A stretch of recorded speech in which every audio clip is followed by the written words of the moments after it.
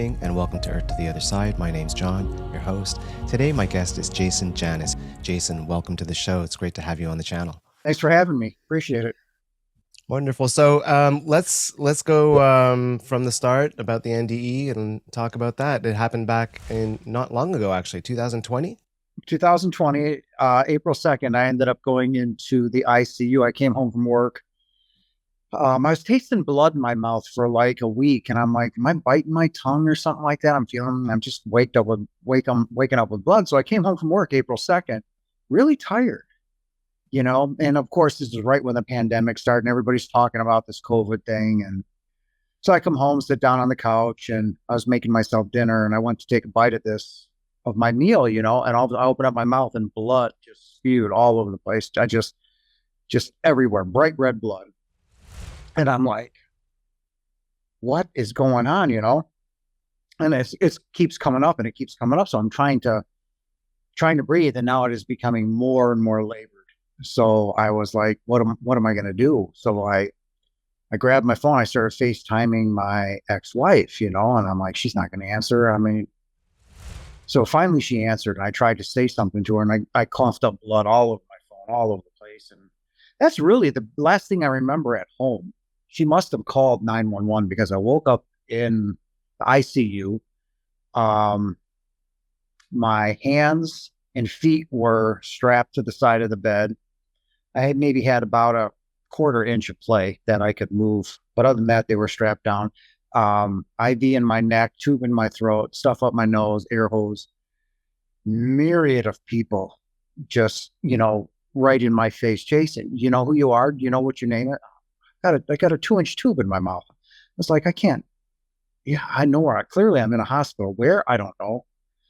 And then that moment that they're all there, I'm trying to push through them and look over to the left, because as soon as I was able to, up in the left, my ICU room was big. So off to the left, like right when I came in, my bed was like 5 feet inside the door. And then off to the left was like couches and chairs and lazy boys and stuff like that. But off to the left in the upper left-hand corner was the TV set. But right there, someone was standing. It was as clear as you and I talking. I could feel it. I couldn't place it at the time, but it was our energies were, meshing and becoming one. And I'm like, I just kept staring. I could tell someone was there, but, it got to the point over time, one of the nurses had said, Jason, do you want me to turn the TV on? I'm like, I just shook my head no, because I still couldn't talk, tube in my mouth. I was in an incredible amount of pain. I have never experienced pain like that on being on a ventilator. Every part of my body was in excruciating pain, from my feet to my head was pounding, my chest was killing me. And I was just like, I couldn't take it. But off to the left, I just kept looking, and there was somebody there. And one day, this is towards the end I was in the ICU for a month. So I'm looking over there. There was nobody in the room. It was a late April spring day. And it was a beautiful sunny day out. I remember that day. I was off the ventilator. I was starting to breathe okay on my own. So the ventilator was out.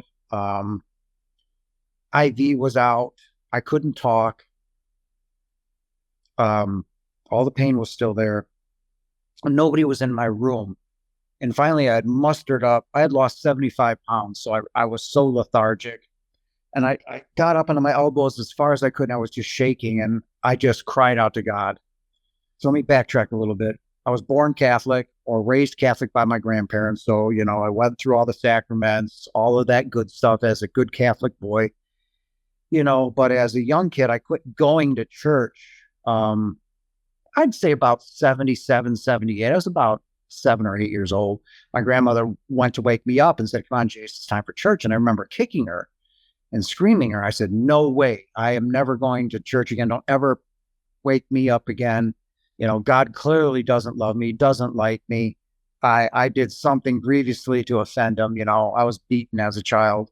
So I was just like, nah, I can do this. I'm a man. I can bang on my chest, do it. So I went through 50 years of, well, as you can guess, pushing father out of the way. I had a hard and difficult life, you know. So jumping back into me resting on my elbows, is that was the first time I had called out to God since I was 7 or 8 years old. It was the first time I uttered his name, called on him, called on Jesus, and I basically would began to sob horribly, unconditional, just tears flowing. And I'm just talking to this TV, of like trying to. I was like, you know, and I said, please don't let me die. Please, God, please. I said, please don't let me die. I said, I love you. And I said, I am so sorry for abandoning you and Jesus my whole life. I said, please forgive me. I love you with all my heart and all my soul. And I said, please forgive me. I said, don't take my children away. Don't take my daughters away. Please let me see my kids again. Please.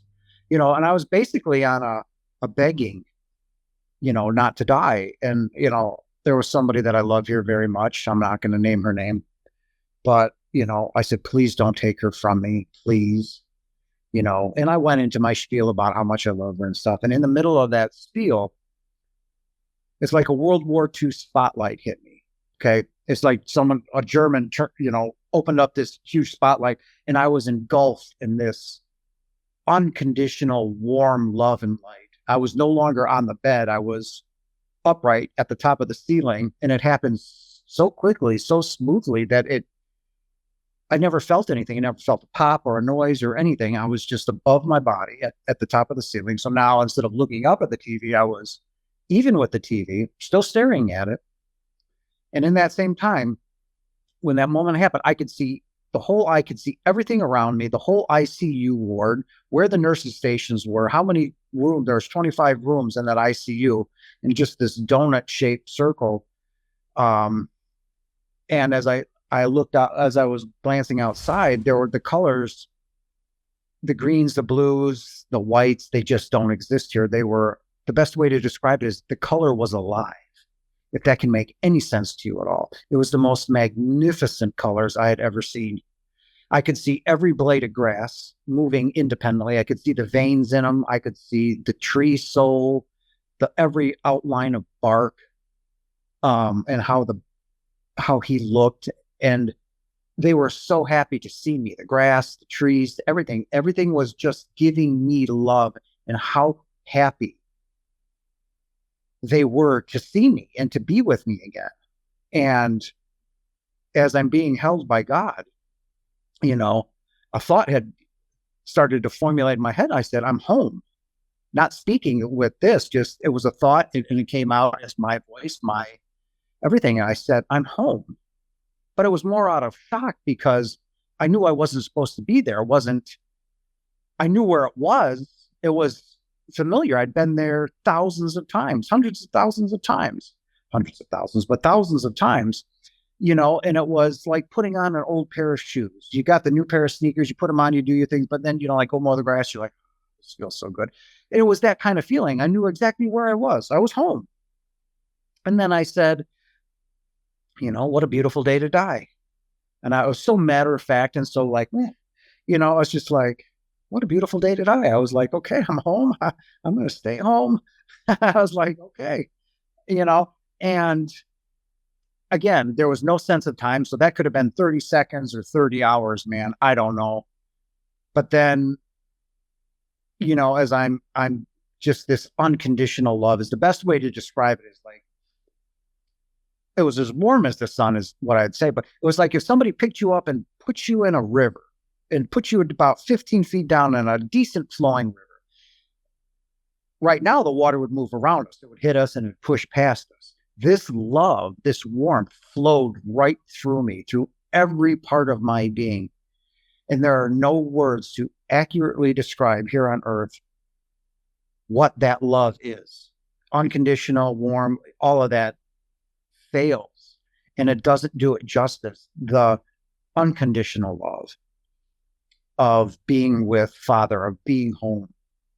And the reason I call God Father, because in that moment of my transition, in that moment of father answering the door when I called on him and said, it was the basic, I'm right here. I feel you.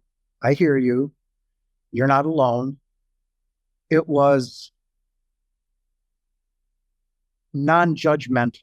There was no judgment. And I knew I was unworthy of being in that love because I wasn't a good person my whole life. I really wasn't. I was selfish, self-centered. I did what I want, when I wanted, how I wanted. Didn't matter who you were, male, female, boy, kid, whatever. I would just walk all over you. Not all the time, but you know what I'm saying. I could have done things better. So as I'm sitting there feeling all of this, knowing that I wasn't a good person, judging myself unworthy, basically, the more Father loved me, the more God loved me. And as I continued to judge myself harshly, the more love that was bestowed upon me. And it was conveyed to me that I've done nothing wrong, nothing, that I love you. I'm right here with you. And you're never alone. You're never alone.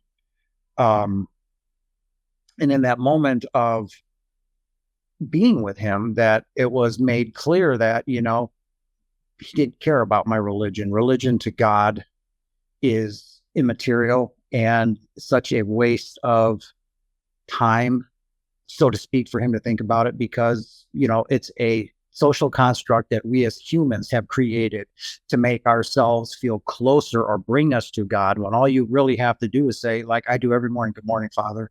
I love you. Thank you for another beautiful day. I'm truly blessed. I love you. That's all he's asking, and he's not a he. That's all God is asking. He's just have a relationship with him. It doesn't have to be from a religious standpoint. It doesn't matter whether you're in the shower, on the pot, mowing the grass, grocery shopping. If you're thinking about him and talking to him, he hears you, he sees you, he feels you. And that's such a driving force that I want people to know. You're never alone. You may be sitting in your house alone. You may be driving. Your guardians are there. Your archangel is there. Father sees you, he hears you, and he feels you. He's going through every emotion that you are going through in that moment. Everybody on this planet. So, whatever it is, Father is right there with you. And that's a huge point that I want people to understand, because, they've created, challenging life experiences. We can go through whatever that is, the death of a child, a divorce, losing a job, being homeless. It doesn't matter. Those things that you're going through are things that you wanted to experience. So Father is going through them with you. So, and he doesn't see the suitcase that we're in. He sees what he created, your soul, which is energy, light and energy. Okay. 3 ingredients we're made of: love, light, and energy. That's it. When I tell people that, they say, well, then why doesn't God come down here and fix all the wrong? Well, there is no wrong. There's no right or wrong, good or bad. We've simply chosen to come down here to experience everything that heaven or home does not give us. If we are love, and here's an example in which I normally start things out with, but imagine a white room, just a square. You're in a room. You walk into this room, and it's the most brilliant, profound white that you have ever seen. A little bit of gold in there, but the purest white you've ever seen. The ceiling, the walls, and the floor are that color white, right? Most beautiful white. Everything is that color. Now you walk into that room and you're in it too, and you're the exact same color white. My question to you is, how do you know you're white? You don't, right? All you know is that this is you. You don't know anything else. So as all we know is love, we don't know what it's like to be punched, slapped, hit in a car accident, get burned, to eat a peanut butter and jelly sandwich, to go swimming. We don't know any of that stuff. So we come down here to experience swimming, hiking, having sex, getting married, going to college, all of these things, because we can't get them back home. We can learn more here in a lifetime than we could spend centuries up there trying to be taught, well, this is what black is. Well, if you don't know what black is because all you know is white, then try to explain black to somebody. You don't. So we come down here for all of these. And you're going to hit those when you bring your contract together, with your guides to Father or to God, he's going to look it over and say, okay, you're good to go. And God might say, this is going to be difficult. This is going to be hard. Okay, man, we can do it. And then we come down here and then we get lost, right? We get caught up in our emotions. We get caught up not feeling home, and why doesn't God stop these mass shootings or these rapes or these tortures it's not God's will. It's our will. These are the things that we wanted to experience. So no, God's not going to come down here and stop it. This is something that you chose to experience. You're going to experience. And if you kill yourself, well, God's going to put people into play to finish out your contract, but you're coming right back. Okay. You're going to start all over again. You experience everything that you experienced up until you killed yourself. And then you're going to fill out the rest of your contract. That's simple. So, that contract to come here is binding. God is going to hold you to it until you get done with what you got to do. Then what happens? You can naturally die. You go home. So all those, mile markers that I call them that you're going to meet, like, I don't know, graduate high school, go to college, get married, have kids, everything that you can normally think of. You bring that. Okay. So you're going to meet those mile markers. Okay. How you get there is called free will. How you and I are interacting right now is free will. I could be calling you a bunch of nasty names. You could call me a bunch of, or we can have a civilized conversation about, home and so on and so forth. So how you get to those each and individual mile markers is free will. So the things that you go through here are meant to happen. And how we respond to those is through love, because that's the only thing that matters here is love. So if you do everything out of love, which, a lot of us don't, the Father may ask you during your life review, what could you have done better in this scene? What could you have done better? And you're automatically going to know. You're going to know I could have loved more. I didn't need to say those things, So the only thing that matters here is love. We are love. We are created out of love. We are created in His image. And we are all God's. I know that's going to offend people, but that's okay. It's written in the Bible if people want to look it up. When Jesus said, I and the Father are one. Ooh, that's a pretty bold statement. You mean you're the Son of God? Yeah, I am the Son of God. Yeah, so are you. So am I. So is your neighbor. So is her daughter. And it says, in the Bible, and I can't remember it right offhand, but when they were going to pick up the Pharisees and stone Jesus, he says, for what good deeds am I to be stoned? He said, the Pharisee says, for your good deeds, not. He says, but for your blasphemy to say that you are the Son of God. And he said, is it not written in your words, in your works, that ye are gods as well? And as they sat there and dropped the stones, it says it right there in the Bible. We are all gods. We are all perfect. Jesus simply came here to tell us, everybody, wake up. This is who you are. You're following the wrong things. This materialistic world will bring you nothing but ruin. What did he say? Love one another, because that is the only thing that matters. And in the moment of my transition, that was the only thing that I received.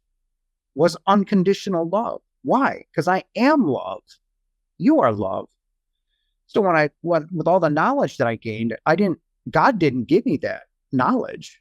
I joined with myself or achieved oneness, or as people call it here on earth, Christ consciousness. I became one with who I am. We're all at home, right? So this is all a dream. This is the matrix. None of this is real. It's all a simulation. You've just popped into the simulation in your avatar and you're moving around doing your thing. So with that being said, none of it being real, Jesus came here to say, wake up. Listen, everybody. Love one another. Love yourself. Love your neighbor. Love, love, love. That's what he came down here to show us. And he did it so well that, the powers to be were so terrified of him and watching his works that you and I are just as capable of doing, raising people from the dead, healing whatever sickness.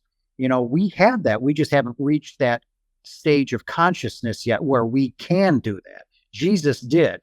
And that's why, God called on him, because he was further along. He was almost there. So while he was here at some point during his life, he merged with his true self, who he really is, with Yeshua.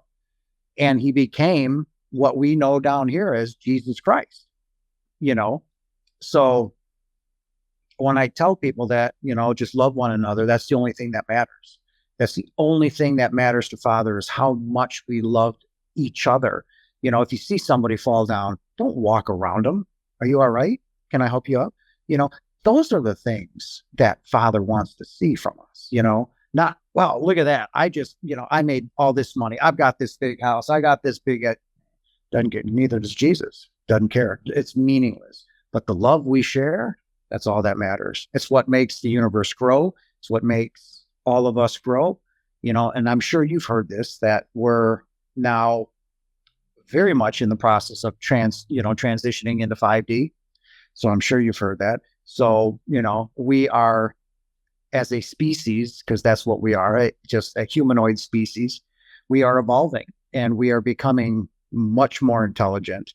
Some have already transitioned, some are in the process, and some are, well, a little slower than others. But right now, as the earth is changing, we're all changing, and pretty soon, I'd say it should be complete within 100 years, is that we'll, be a much smarter civilization and a species. And we're going to continue to grow, and we're going to continue to evolve, and, we're going to look different.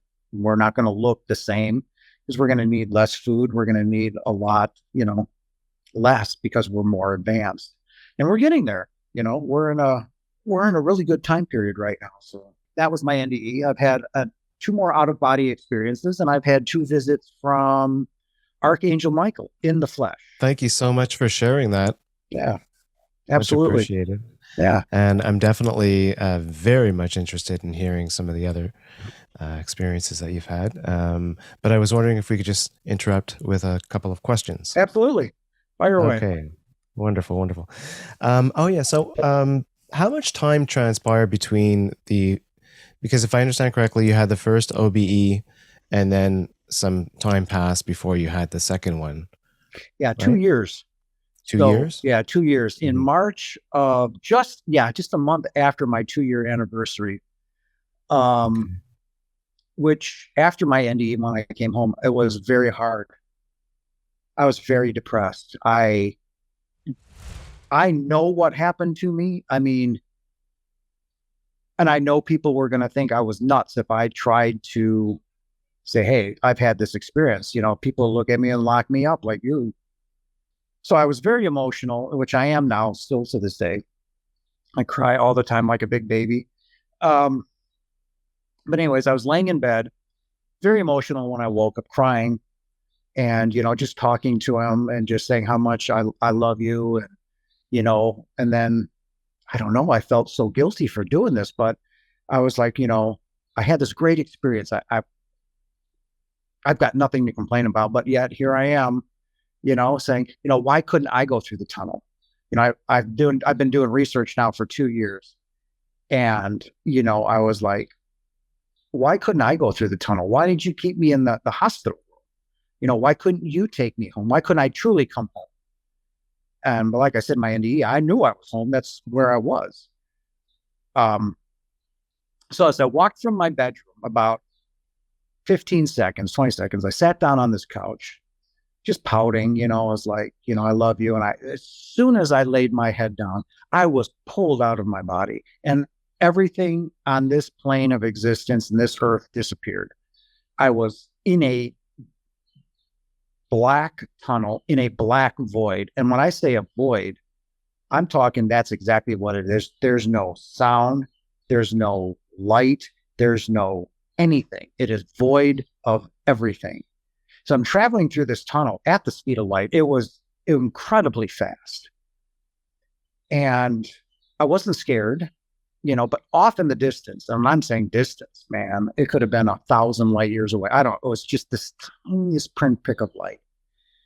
And I'm traveling and I'm trying to make sense of what is going on, but there was no fear. I felt safe.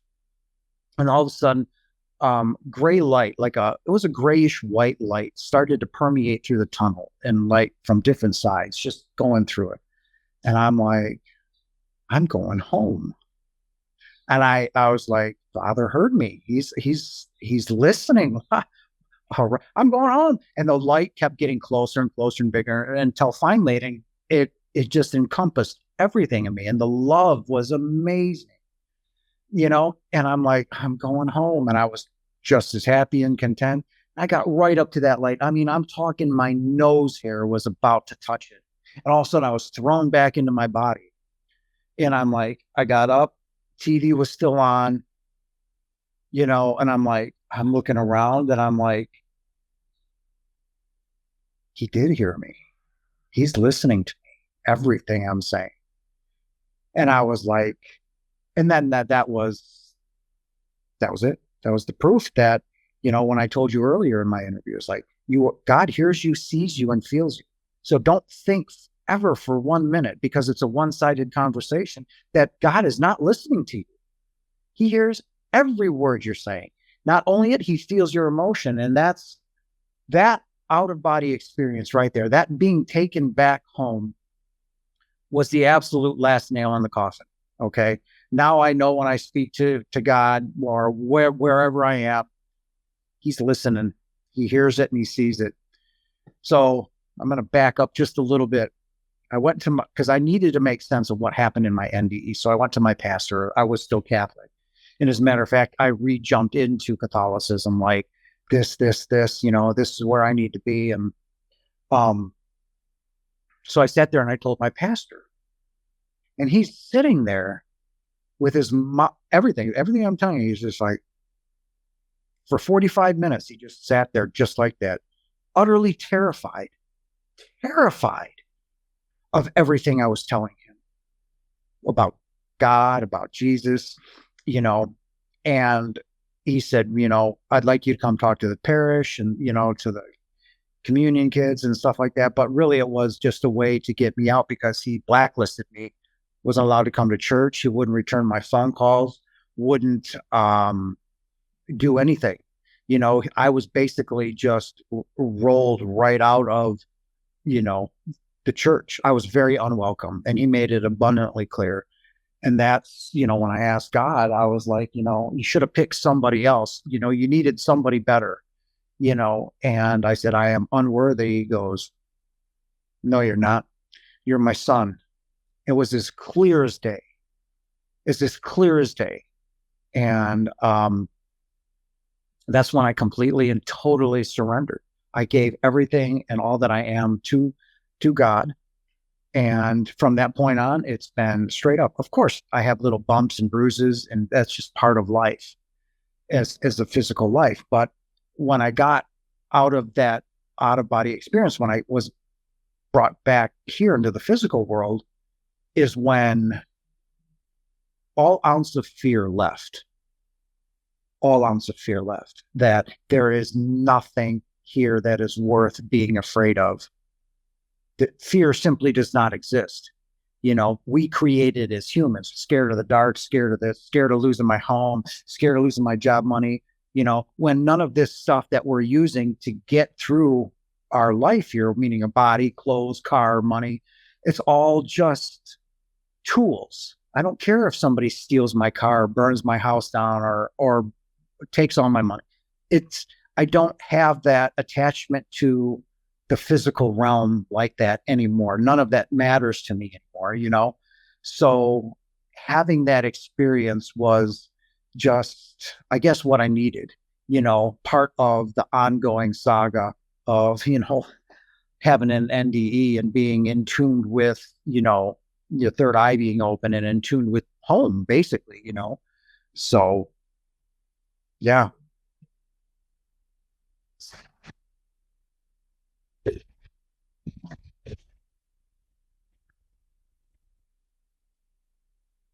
Oh no, this wasn't like we're talking now. So it was a very in-depth. And I was, when I was telling him about, the grass's soul, and I could see everything, talking and stuff like that. He was truly terrified.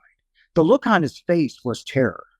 It wasn't like, oh, how cool, Father Israel or God, it was like, excuse my language, I don't want to say this, but it was like, oh shit, cat's out of the bag. Now what am I going to do? So I was basically, because I proven one, not only the Bible wrong, but I proved to him that Catholicism is wrong, that you guys are lost. You keep people living in fear, you know. And I'll give you a good example, okay, of this. And it was when I just told you about I and the Father are one, and then I told you about us all being gods. Did I say that you're gods as well? Okay. So with that knowledge, finally the Catholics said, oh my God, all right, oh, we believe you. You are the Son of God. So what did they do? He is the only Son of God. So what they said by that is not only then they kicked him upstairs with the boss. Well, we're all from upstairs, right? So they kicked Jesus upstairs with the boss, saying, all right, everybody, pick up your cross and follow Jesus. That was never his intent to be, there can't be a democracy in heaven, right? Because if there was, what what would religion do? Nothing, right? So the Catholics say he's the only Son of God, boots him upstairs. Now all the rest of us follow him, pick up your cross and follow him. And any good Catholic, any good true Catholic will tell you, I cannot. Why? Because you're going to cuss, you're going to swear, you're going to get laid, you're going to drink, you're going to berate somebody, you're going to do it, and then you're going to come home and guess what? You're going to wake up in the morning, going to do it all over again Sunday. Oh my, I am so sorry.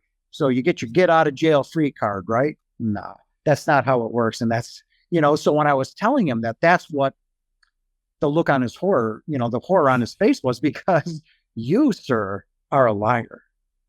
And I know it. So when I called him out on that, he was terrified. And still to this day, he will not talk to me, Jesus wasn't a Christian. Buddha wasn't a Buddhist. I mean, these Right. people were just teachers with extraordinary connections. With that came knowledge. You know. Right. That's Yeah. the most powerful weapon we have is knowledge. Mhm. And that's why that priest was terrified because I had and still do the ultimate knowledge. And that went against everything that Catholicism stands for. There is no reincarnation. I beg to differ. Tell that to the other 3,200 me's that are laying around this earth buried somewhere because, those are how many lives I have lived already, both male and Mhm. female. Yeah. And Other don't forget about the simultaneous ones that are right living, right now, you know, all your past right now. right now, your life is playing out as we're talking, and all your future lives are playing out right now, all over in different dimensions, in different galaxies, and everything everywhere. Right now, your lives are playing out. We're just stuck in this one right now, but everything else Mhm. back then and now moving forward are all playing out. There is no time. Only in this world, in the physical world, we create time. Once we leave it, there is no such thing as time. So it's just simply best thing to put it is we are interdimensional beings here on earth living a physical life for a very short period of time just to gain knowledge and experience. I think there's at one point you had mentioned that you were listening to conversations and you heard, well, you saw everything in terms of like where you were lying and above that and outside, and you heard some conversations, if I'm not mistaken, right? I'm just wondering if any of those conversations, because a lot of times you're so sick, ill, or in so much physical pain that you don't have the chance to have these conversations that we all, wish Right. you'd, end years did. But I'm just curious if you did have that opportunity to have any sort of validation period. No, the only validation that I had was my own speaking to God of saying I'm home. And like I said, it was as clear as I'm talking right now, but it was more of a shock like I'm home. And that was it. Nothing else was conveyed. The unconditional love was just constantly there. I was so warm and wrapped up in this love. And that was it. I mean, like I said, I could see everything. And it's so hard to describe because everything happens so fast and it's instantaneous.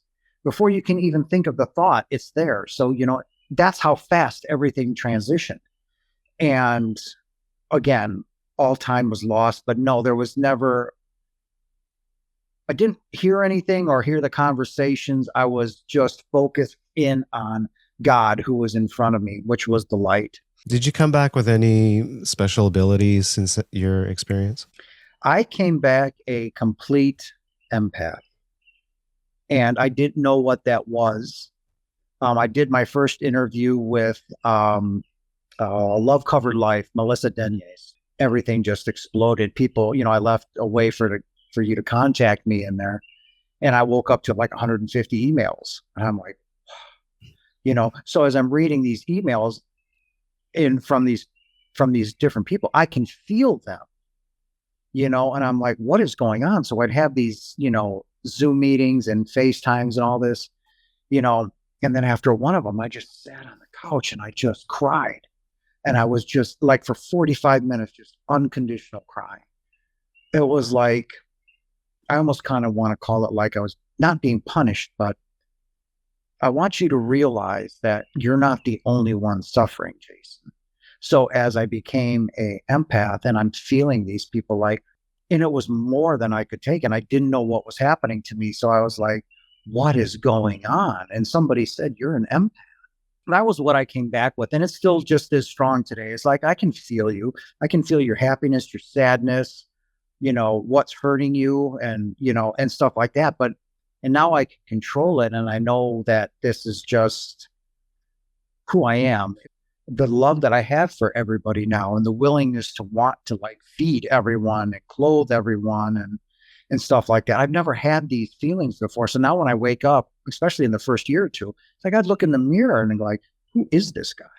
Because I don't know who I am anymore. I mean, all these things are happening. I've had these two, another out of body, which was a quicker one. I met my guide, or the name came through, and how many times I've died.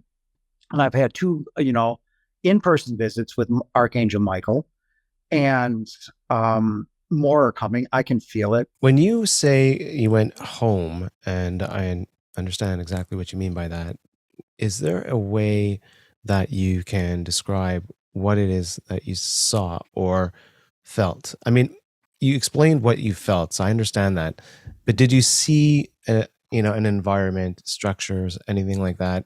No, it was basically what I saw was here, but it wasn't here. It was, when I saw the trees, you can look out and see Right. the When you saw part of the exterior, you saw the energy of the grass and the stuff like that. energy in the grass, Mhm. right? And the But then colors. didn't you go beyond that at some point where you were just you and No, that was me at Jesus the or God? ceiling. That was just me Okay. at the ceiling Okay. being Okay. that. So when I left my body, everything was instantaneous. Instead of being Okay. laying down, now instead of I'm standing up and looking, or Yeah. floating or whatever. And as everything that I explained happened instantly. I'm looking at I can see the grass and every blade and the veins and its soul or source. Everything looked like Obi-Wan Kenobi. Yeah. When he It's dies, really interesting because a lot of NDErs describe sort of like what you're describing, but on the other side in their heaven, whereas you saw it right here, but through the eyes of love. And I just think that's it spectacular. was It's it amazing. was through Yeah. my spirit. These eyes weren't seeing it. I was no longer in my body. Jason, as far as I know, I didn't care about this thing here at all. I was just like, I'm home. I want to stay home. No more of this. So what I saw and was, even though I was still in the ICU room, I wasn't in our dimension. Okay. So I could still see, and you'll hear a lot of it. They hang around, when they die or in a car crash, or they get there and they're working on them. They can see somebody working on them. They'll hang around for. That's kind of what I was. I was just up there, but I was witnessing both worlds simultaneously. So I was home. I could see home. I could see the colors, this, that, and the other thing. But yet, in the same aspect, I was still here on Earth. So living vicariously through both, I guess. So what I was seeing wasn't home, but yet it was home. It's hard to describe. I was Mm. You Everything was describe it happening, very well, actually. so it's hard. Yeah, it's difficult. It was like, yeah, I was experiencing everything, this world, home, but I was seeing home's colors and feeling home, but yet, I could still see earth and the ICU. It was planned that I would be calling out to him. That was the way, that Father says, okay, you want to go do those things? That's fine. But if by the time you reach mile marker C, if you haven't come back to me, this is what's going to happen. So, sure, no problem. I got this. Don't worry. Yeah, right.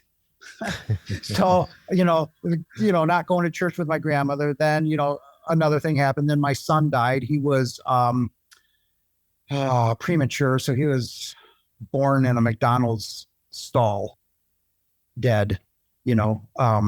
And that really hardened my heart. And, I ended up talking to my son like the end of last year through a medium. And so by the time I got Maya Marker C, guess what? I hadn't come back. So the event that was supposed to take place took place. So God knew it. So, like I said, the first moment my eyes woke, I go left because Father's standing there, waiting because I had reached it, and true to the word, brought me right back home. Gave me a little bit, gave me a taste of home, showed me who I was, what I am, how loved I am, and that I'm here with you 24/7, nothing to be afraid of, you've got this, and that was really why that event took place. It reeled me back into God. It brought me back home.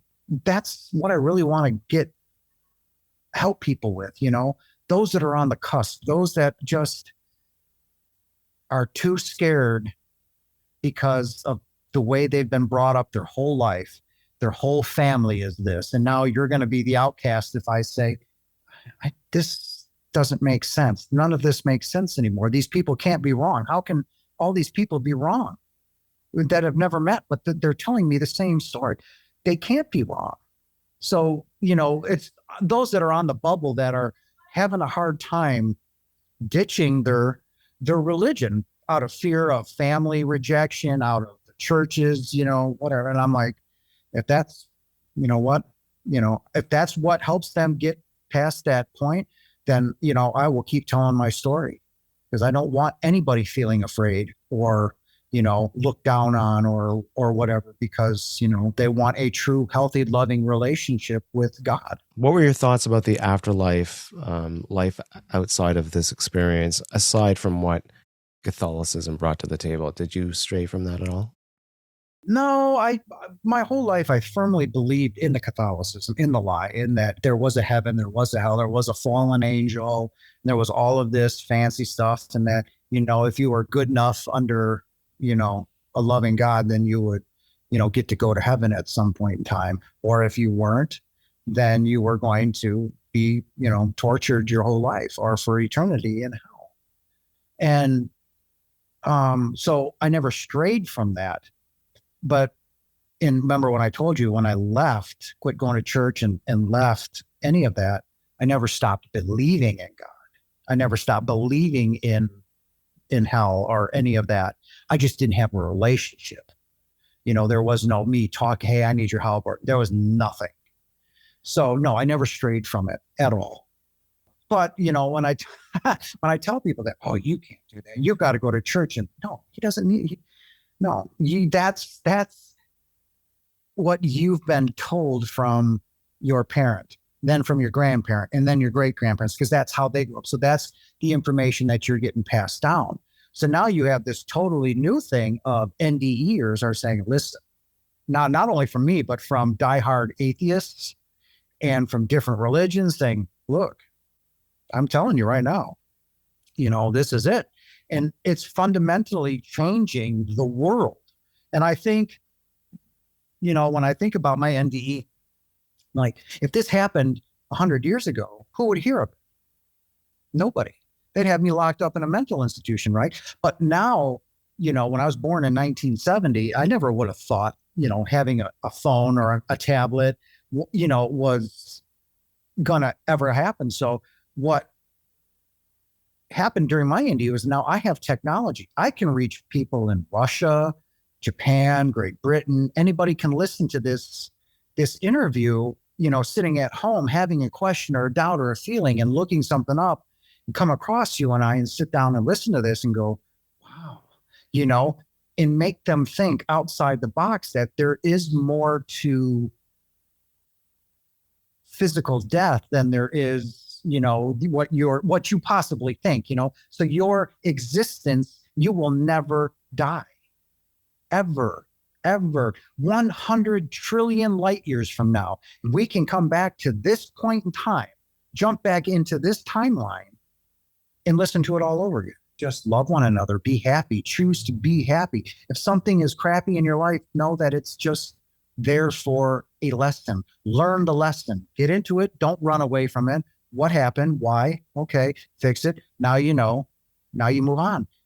You're never going to stay in that perpetual state of crap if that's what you want to believe. If you're going to want to live that way, then you're going to live that way. If you know that it's just a lesson, you take that lesson, you move on, things are Hmm. better. So, Yeah. just don't get caught up in your moment. Realize that this is a learning process. You're here to learn it, move on. Because if you don't face it, it's going to continue to come back harder and harder and harder until you do face it. Well said. And thank you again for sharing. Absolutely, Um, man. It's been an much honor. Thank you. appreciated. You are Absolutely. loved and appreciated, and thank you.